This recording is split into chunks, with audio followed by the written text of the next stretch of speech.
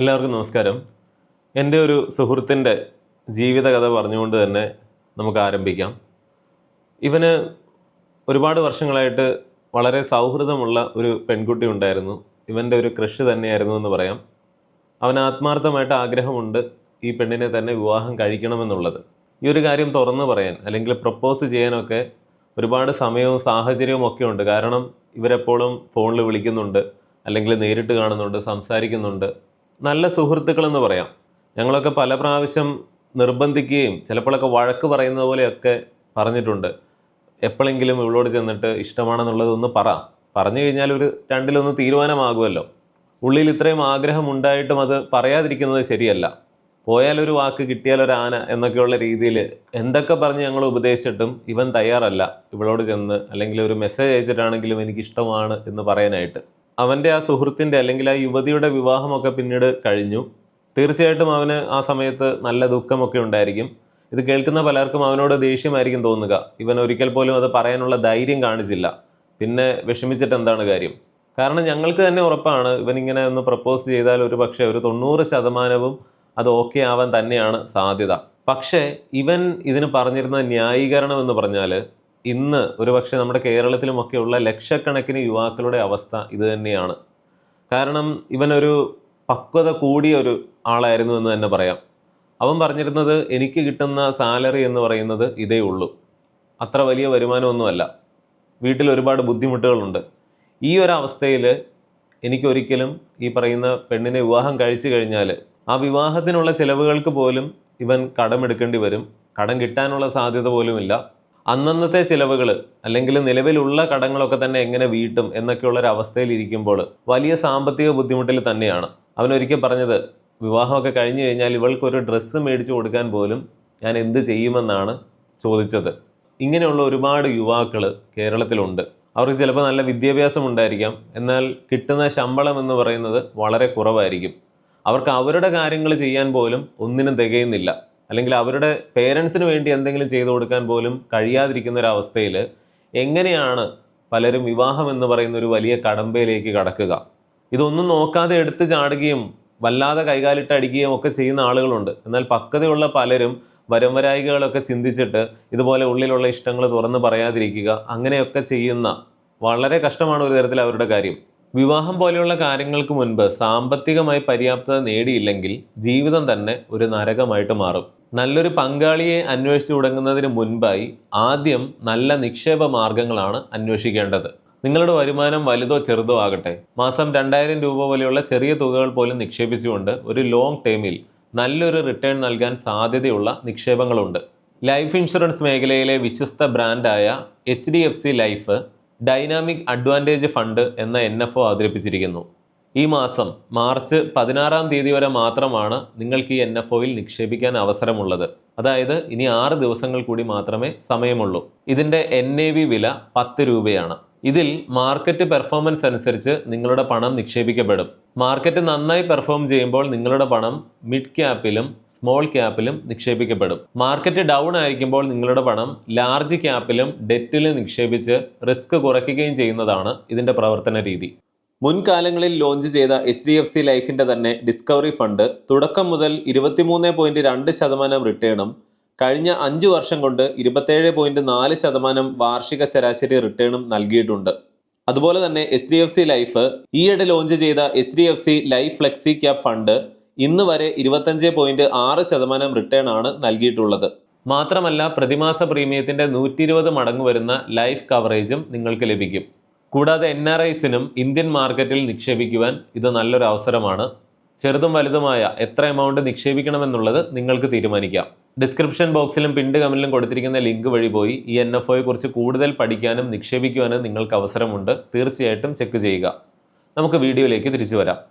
സാമ്പത്തികമായിട്ടുള്ള ഞെരുക്കങ്ങൾ കാരണം വിവാഹം വേണ്ട എന്ന് പറയുന്ന യുവാക്കൾക്ക് ഒരു ന്യായീകരണമുണ്ട്.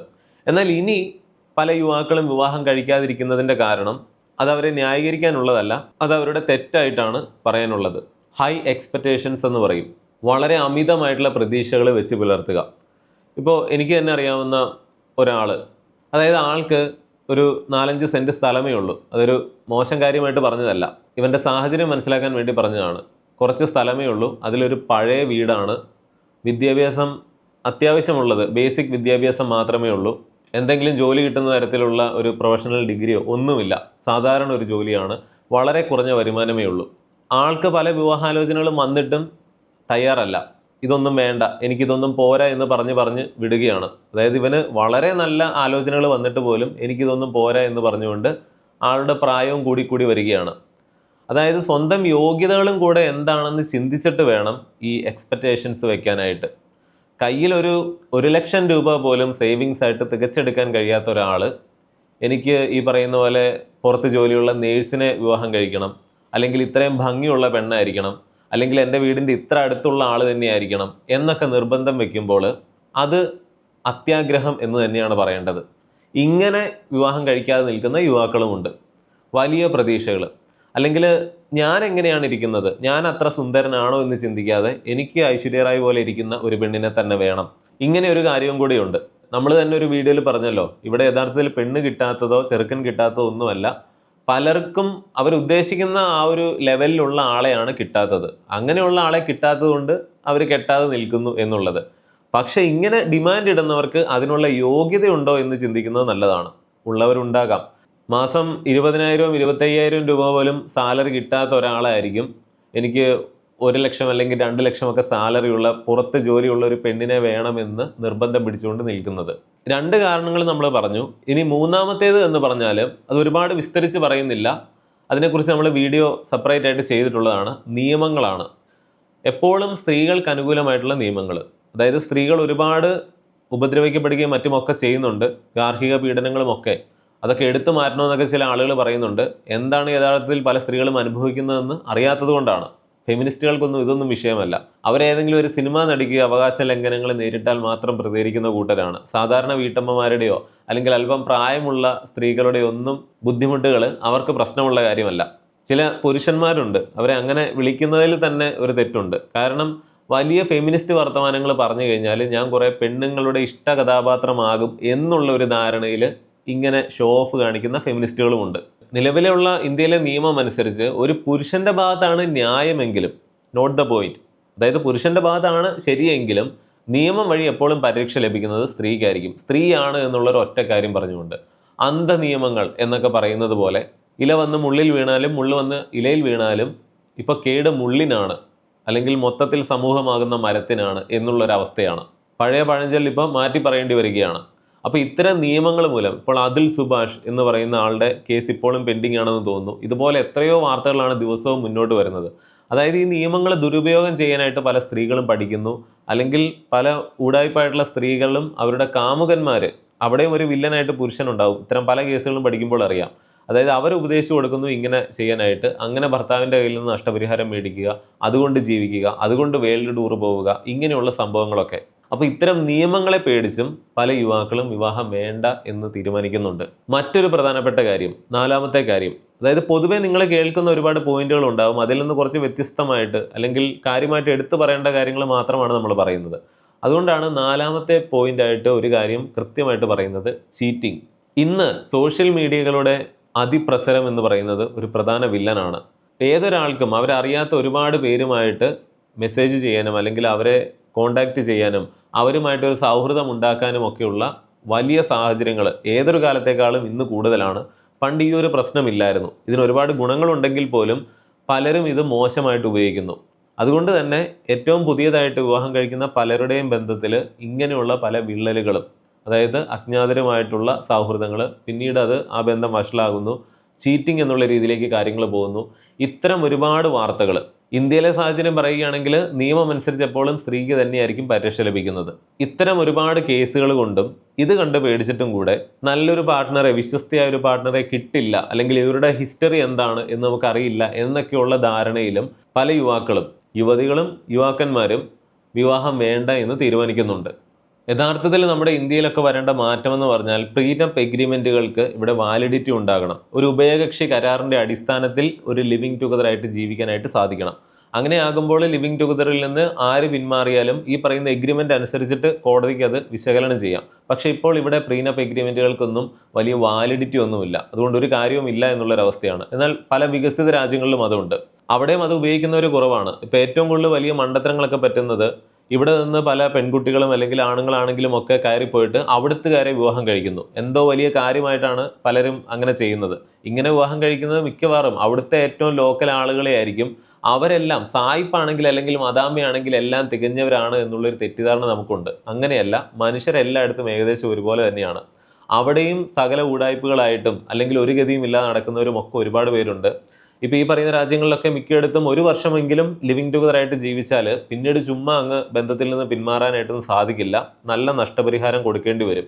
അപ്പോൾ ഇത് ലക്ഷ്യം വെച്ചുകൊണ്ട് ഇവിടെ നിന്ന് പോകുന്ന പെൺകുട്ടികളെയും അല്ലെങ്കിൽ ആണുങ്ങളെയും ഒക്കെ വിവാഹം കഴിക്കുന്ന മദാമ്മമാരും സായിപ്പുമാരും ഒക്കെ ഒരുപാടുണ്ട്. അവർ പിന്നീട് ഈ നഷ്ടപരിഹാരം മേടിച്ചുകൊണ്ട് വേൾഡ് ട്രിപ്പ് അടിച്ചുകൊണ്ടും ഒക്കെ നടക്കും. അതായത് അല്ലെങ്കിൽ സായിപ്പ് മദാമയും ആണെങ്കിൽ എല്ലാം തികഞ്ഞു, അല്ലെങ്കിൽ ഇവരെ വിവാഹം കഴിച്ചാൽ എന്തോ വലിയ കാര്യമാണ് എന്നൊക്കെ ഇപ്പോഴും നാട്ടിലൊരു തെറ്റിദ്ധാരണയുണ്ട്. അതൊക്കെ പതുക്കെ മാറി വന്ന് തുടങ്ങിയിട്ടുണ്ട്. നാട്ടിൽ ഇത്തരം കാര്യങ്ങൾ പലതും ട്രെൻഡിങ് ആവുന്നതിന് മുൻപേ തന്നെ നമ്മൾ പറഞ്ഞു വെക്കാറുണ്ട്. ഇതുപോലെയുള്ള വാർത്തകളൊക്കെ ഇനി ഒരുപാട് കേൾക്കും. കയ്യിലൊന്നും ഇല്ലെങ്കിലും ആ ഒരു ചിന്ത ഇല്ലാതെ എങ്ങനെയും റിച്ച് ആയിട്ടുള്ള അല്ലെങ്കിൽ ഈ പറയുന്ന അത്യാവശ്യം നല്ല ജോലിയുള്ള ഒരു പെണ്ണിനെ കെട്ടിയിട്ട് അവരുടെ ചെലവിൽ ജീവിച്ചേക്കാം. അതായത് ഒരു ഉത്തരവാദിത്തമില്ലായ്മയാണ് അവിടെ കാണുന്നത്. ഞാൻ എന്തെങ്കിലും ഒന്ന് ആവണമെന്നോ അല്ലെങ്കിൽ എനിക്ക് ഏൺ ചെയ്യണമെന്നോ എന്നുള്ള ആഗ്രഹങ്ങളൊക്കെ അല്ലെങ്കിൽ അതിനുള്ള കഴിവില്ല എന്ന് അവർ തന്നെ സ്വയം വിശ്വസിക്കുന്നു. എന്നിട്ട് എങ്ങനെയെങ്കിലും ഈ പറയുന്ന പോലെ ഒരു ജോലിയുള്ള പെണ്ണിനെ കെട്ടിയിട്ട് പിന്നീട് അവരുടെ ചെലവിൽ ഒരു വീട്ടപ്പനായിട്ട് ജീവിച്ചേക്കാം എന്ന് തീരുമാനിക്കുന്ന ആണുങ്ങളും ഇന്ന് കൂടി വരികയാണ്. അതിൻ്റെ പ്രധാന കാരണം എന്താണ്? സാമൂഹികമായിട്ടുള്ള സമ്മർദ്ദം തന്നെയാണ്. എൻ്റെ മറ്റൊരു സുഹൃത്ത് ഒരുപാട് വർഷങ്ങൾക്ക് മുൻപ് അവൻ്റെയും ഒക്കെ വിവാഹം കഴിഞ്ഞതാണ്. ഒരിക്കലും ഇവൻ പറഞ്ഞതാണ്, അവൻ്റെ വീട്ടിൽ കുറേയധികം ആളുകൾ വന്നിട്ട് അവൻ ഒരു ജോലിക്ക് പോകുന്നുണ്ട്, പക്ഷെ അതൊരു പാർട്ട് ടൈം പോലെയും ഒക്കെയാണ്. അതായത് പറയുമ്പോൾ ഒരു ഓഫീസിൽ ഇരുന്നുള്ള ഒരു ജോലിയല്ല, അവൻ അത്യാവശ്യം ഏൺ ചെയ്യുന്ന സമയവുമാണ്. എന്നാൽ ഈ ഒരു കാര്യം കൊണ്ട് തന്നെ ഈ വീട്ടുകാരും അല്ലെങ്കിൽ പലപ്പോഴായിട്ട് അവൻ്റെ വീട്ടിൽ വരുന്ന ആളുകളും പരിചയക്കാരും ഒക്കെ ഇങ്ങനെ കുത്തി നോവിക്കുന്ന രീതിയിൽ ഓരോ കാര്യങ്ങൾ പറയും എന്നാണ്. അതായത് നീ എന്താ രക്ഷപ്പെടാത്തത്, നിൻ്റെ കയ്യിൽ എന്തുണ്ട്, ഒരു മാസം എത്ര കിട്ടും എന്നൊക്കെയുള്ള ചോദ്യങ്ങൾ. ഇതൊക്കെ അത്രമാത്രം വേദനിപ്പിക്കുന്നതുകൊണ്ടായിരിക്കുമല്ലോ ഈ സുഹൃത്തുക്കളോടാണെങ്കിലും. ഇപ്പോൾ ഞാൻ ഒറ്റയ്ക്ക് ഇരിക്കുമ്പോഴാണ് ഇവൻ ഈ കാര്യം പറയുന്നത്. അതായത് വിഷമമായിട്ട് പറയുന്നതല്ല, മറ്റവരെ നല്ല രീതിയിൽ ശകാരിച്ചുകൊണ്ട് ആ പ്രതിഷേധം എൻ്റെ അടുത്ത് പറയുന്ന പോലെയാണ് ഈ പറയുന്നത്. അപ്പോൾ ഇങ്ങനെയുള്ള സമ്മർദ്ദത്തിൽ ഇരിക്കുന്നവരാണ് യഥാർത്ഥത്തിൽ ഇതിൽ നിന്നൊക്കെ അങ്ങ് രക്ഷപ്പെട്ടേക്കാം എന്നുള്ള രീതിയിൽ ഇനിയിപ്പോൾ വിദേശത്ത് ഏതെങ്കിലും ഒരു പെണ്ണിനെ കെട്ടിയിട്ടാണെങ്കിലും കുഴപ്പമില്ല, ഈ നാട്ടിൽ നിന്ന് രക്ഷപ്പെട്ടാൽ മതി, കാരണം അവിടെ പോയി ഒന്നും അറിയാതെ സുഖമായിട്ട് ജീവിക്കാമല്ലോ എന്നുള്ളൊരു ചിന്ത. പക്ഷെ അവർ കാണിക്കുന്നത് ഒരു മണ്ടത്തരം തന്നെയാണ്. സാമ്പത്തികമായിട്ട് നിങ്ങൾ വിജയിച്ചില്ലെങ്കിൽ എല്ലാവരും ഒരു പ്രായത്തിൽ തന്നെ ഒരുപാട് പണം ഉണ്ടാക്കണമെന്നൊന്നുമില്ല, അല്ലെങ്കിൽ ഇത്ര പ്രായത്തിൽ ഒരാൾ സെറ്റിൽഡ് ആവണമെന്നൊന്നുമില്ല. എന്നാൽ വിവാഹം എന്നുള്ളൊരു പ്രശ്നം നിൽക്കുന്നതുകൊണ്ട് തന്നെയാണ് ഇത്ര പ്രായത്തിനുള്ളിൽ നമ്മൾ സാമ്പത്തിക പര്യാപ്തത നേടിയിരിക്കണം എന്നൊക്കെയുള്ളൊരു കാര്യമുള്ളത്. അപ്പോൾ അത് സാധിക്കാത്ത പലരും ഇപ്പോൾ ഈ പറഞ്ഞതുപോലെ വിദേശ രാജ്യങ്ങളിൽ സ്പൗസ് വിസയിലൊക്കെ കയറി പോകുന്നു. കുറേയധികം ഫെമിനിസ്റ്റുകൾക്ക് ഇനി പറയാൻ പോകുന്ന കാര്യം ഇഷ്ടപ്പെടാനേ പോകുന്നില്ല. അത് മനസ്സിലാക്കിക്കൊണ്ട് തന്നെയാണ് പറയുന്നത്. നാട്ടിലെ സമ്മർദ്ദം മൂലം നിങ്ങളിതുപോലെ ഭാര്യയുടെ ചെലവിൽ അല്ലെങ്കിൽ അവരുടെ വരുമാനം കൊണ്ട് ജീവിക്കാം, അങ്ങനെയും ജീവിക്കാം എന്നൊക്കെ തത്വമൊക്കെ പറഞ്ഞു പോയാലും ആ രാജ്യങ്ങളിലൊക്കെ ജീവിക്കുമ്പോൾ എനിക്ക് ഒരുപാട് പേരുടെ അനുഭവം അറിയാം, അല്ലെങ്കിൽ പല വീഡിയോകളിൽ നമ്മൾ സൂചിപ്പിച്ചിട്ടുള്ളതുമാണ്. 1 മാസം കഴിയുന്നു, 2 മാസം കഴിയുന്നു, അല്ലെങ്കിൽ 1 വർഷമൊക്കെ ആകുമ്പോഴേക്കും സംഭവിക്കുന്നത് എന്താണ്? ഇൻകം മുഴുവൻ വരുന്നത് ഭാര്യയുടെ കയ്യിൽ നിന്ന് തന്നെയാണ്. യൂറോപ്പിലേക്ക് ജീവിത ചെലവുകൾ അനുസരിച്ച് ഭാര്യയും ഭർത്താവും നേഴ്സുമാരാണെങ്കിൽ അവർ ഷിഫ്റ്റുകൾ മാറി മാറി എടുത്താൽ പോലും ഈ കുട്ടിയെ കൈമാറുന്നതാണ് ഒരു പ്രധാന ചടങ്ങ് ഇതിനിടയിൽ. അങ്ങനെയാണെങ്കിലേ അവിടെ ഒരുവിധം ജീവിച്ചു പോകാനായിട്ട് സാധിക്കുകയുള്ളൂ. ഈ പറയുന്ന പോലെ ഒരാൾ മാത്രം ഒരു നല്ല ജോലിയുള്ള അവസ്ഥയിൽ ഇരിക്കുമ്പോൾ അവിടെ ജീവിച്ചു പോകാൻ വലിയ ബുദ്ധിമുട്ടാണ്. വരുമാനമല്ല, അതിലും വലുതാണ് ചിലവ്. അതുകൊണ്ട് തന്നെ കാലക്രമേണ വരുമാനം ഇല്ലാത്തയാൾ വീട്ടു ജോലികൾ ചെയ്യാനായിട്ട്, അടുക്കള ജോലികൾ ചെയ്യാനായിട്ട്, കുട്ടികളെ നോക്കാനായിട്ട് മാത്രമായിട്ട്, അതായത് പണ്ടത്തെ കേരളത്തിലെ ഒരു ടിപ്പിക്കൽ വീട്ടമ്മ എന്താണോ അതേ അവസ്ഥയിലേക്ക് ജീവിക്കേണ്ടി വരും. പതുക്കെ പതുക്കെ where is money there is power എന്ന് പറയുന്ന ഒരു കാര്യം എന്തായാലും വരും. ആ സമയത്ത് ഇത് പുരുഷന്മാർക്ക് ഉൾക്കൊള്ളാൻ സാധിക്കണമെന്നില്ല. സ്ത്രീകളും പുരുഷന്മാരും തീർച്ചയായിട്ടും വ്യത്യസ്തരാണ്. ഈയിടെ തന്നെ ഒരു വാർത്ത കേട്ടതാണ്, ജോലിയുള്ള ഭാര്യ എന്തോ കുത്തുവാക്ക് പറഞ്ഞു എന്ന് പറഞ്ഞിട്ട് ഒരു ഭർത്താവ് പോയി ജീവൻ ഒടുക്കി. ഇങ്ങനെയൊക്കെയുള്ള ഓരോ മണ്ടത്തരങ്ങൾ കാണിക്കുന്ന വാർത്തകൾ നമ്മൾ നിരവധിയായിട്ട് കേൾക്കുന്നു. അപ്പോൾ അവിടെ സംഭവിച്ചത് എന്താണ്? നാട്ടിലെ പ്രഷർ കാരണം അല്ലെങ്കിൽ നാട്ടിൽ സാമ്പത്തികമായിട്ട് രക്ഷപ്പെടാൻ കഴിയാത്തത് കൊണ്ട് ഇതുപോലെ പുറത്തേക്ക് ഒരു എളുപ്പവഴിയുണ്ട് എന്ന് പറഞ്ഞ് പോകുന്ന പലരും വലിയ സമ്മർദ്ദത്തിൽ തന്നെയാണ് ജീവിക്കുന്നത്.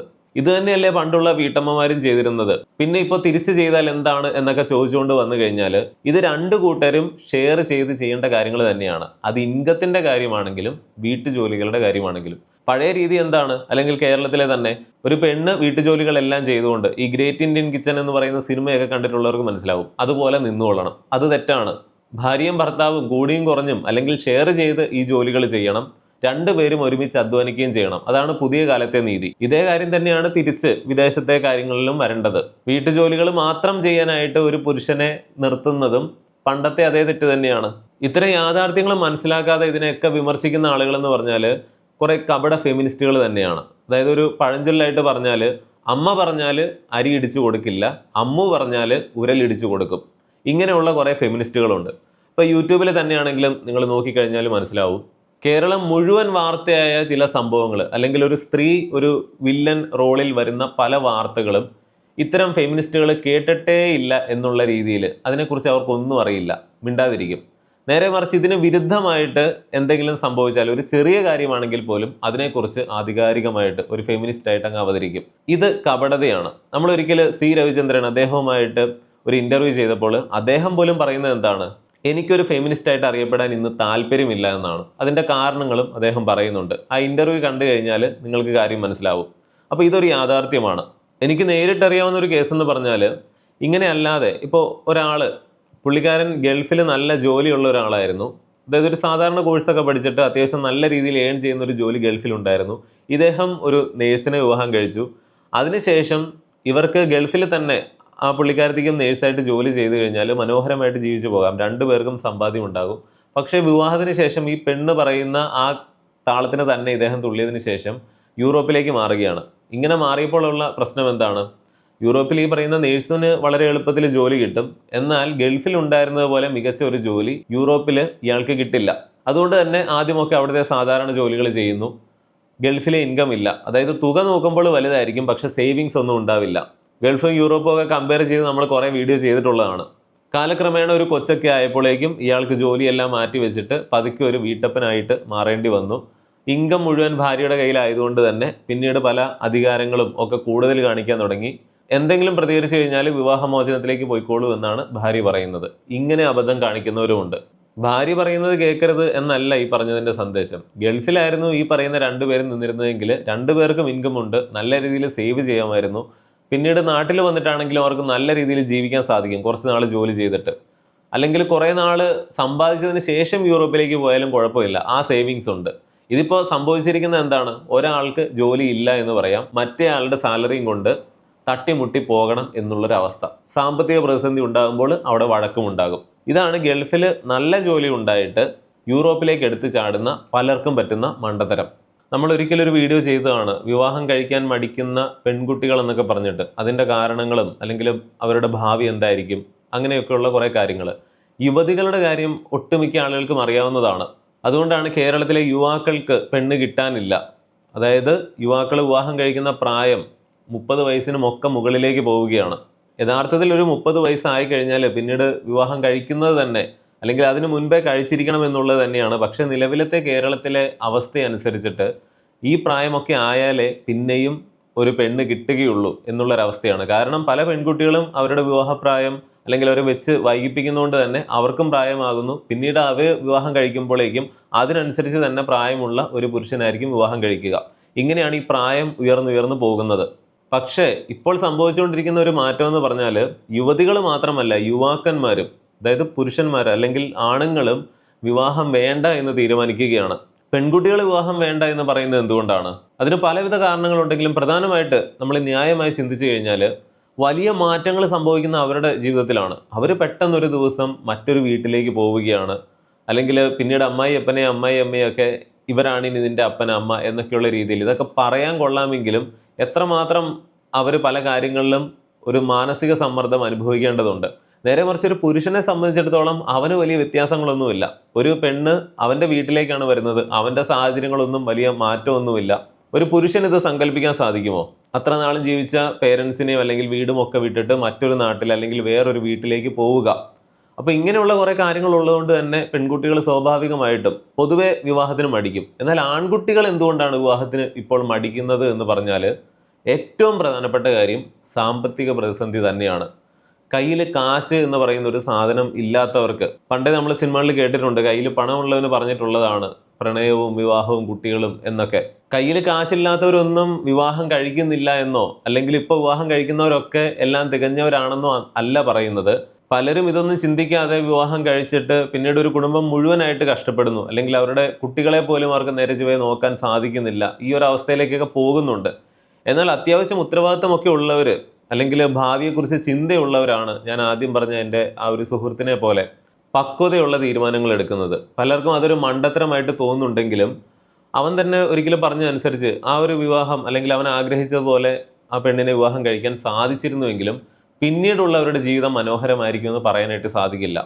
അല്ലെങ്കിൽ ഭർത്താവിൻ്റെ കയ്യിൽ ആവശ്യത്തിന് കാശില്ല എന്ന് കാണുമ്പോൾ ഈ പറയുന്ന ഇവരുടെ ഇഷ്ടമൊക്കെ കുറയാം, അല്ലെങ്കിൽ സാഹചര്യങ്ങൾ മാറാം. ആദ്യത്തെ പ്രണയവും ഇഷ്ടവും അല്ലെങ്കിൽ വിവാഹത്തിൻ്റെ സുഗന്ധവും ഒക്കെ ഏതാനും ദിവസങ്ങളും മാസങ്ങളും ഒക്കെ മാത്രമായിരിക്കും. അതെല്ലാം കഴിഞ്ഞിട്ട് പണത്തിൻ്റെ ആവശ്യകത എന്നുള്ളൊരു വലിയ പ്രതിസന്ധി അവിടെ നിൽക്കുകയാണ്. അപ്പോൾ അതിനേക്കാൾ ഭേദമാണ് ഇപ്പോൾ ഒന്നും അറിയാതെ, അല്ലെങ്കിൽ ആ ആഗ്രഹം ഞാൻ ഉപേക്ഷിച്ചു, ഇപ്പോൾ സമാധാനമായിട്ട് ജീവിക്കാം, അല്ലെങ്കിൽ വിവാഹം എന്നുള്ളൊരു ചോദ്യമൊക്കെ ഉണ്ടെങ്കിലും ഇപ്പോൾ സമാധാനമുണ്ട്, അതല്ലേ ഏറ്റവും പ്രധാനം എന്നൊക്കെ ഇവൻ പറയുന്നു. വീഡിയോയുടെ തുടക്കത്തിൽ പറഞ്ഞ HDFC ലൈഫ് ഡൈനാമിക് അഡ്വാൻറ്റേജ് ഫണ്ടിനെ കുറിച്ച് ഒരിക്കൽ കൂടി ഓർമ്മിപ്പിക്കട്ടെ. 2000 രൂപയിൽ തുടങ്ങി എത്ര വേണമെങ്കിലും നിങ്ങൾക്ക് ഈ ഫണ്ടിൽ നിക്ഷേപിക്കാം. ഈ മാസം മാർച്ച് 16-ാം തീയതി വരെ മാത്രമാണ് നിങ്ങൾക്കിവിടെ നിക്ഷേപിക്കാൻ അവസരമുള്ളത്. അതായത് ഇനി വെറും 6 ദിവസങ്ങൾ കൂടി മാത്രമേ അവശേഷിക്കുന്നുള്ളൂ. കൂടുതൽ അറിയാനും നിക്ഷേപിക്കാനും ഡിസ്ക്രിപ്ഷൻ ബോക്സിലും പിന്നീട് കമൻറ്റിലും കൊടുത്തിരിക്കുന്ന ലിങ്ക് വഴി പോയി തീർച്ചയായിട്ടും ചെക്ക് ചെയ്യുക. അപ്പോൾ ഇന്നത്തെ വീഡിയോയെക്കുറിച്ച് ഇതെല്ലാം കേട്ടിട്ട് ഇനി നിങ്ങൾക്ക് എന്താണ് പറയാനുള്ളത് തീർച്ചയായിട്ടും കമൻറ്റിൽ അറിയിക്കുക. മറ്റൊരു വീഡിയോയിൽ വീണ്ടും വരാം. നന്ദി, നമസ്കാരം.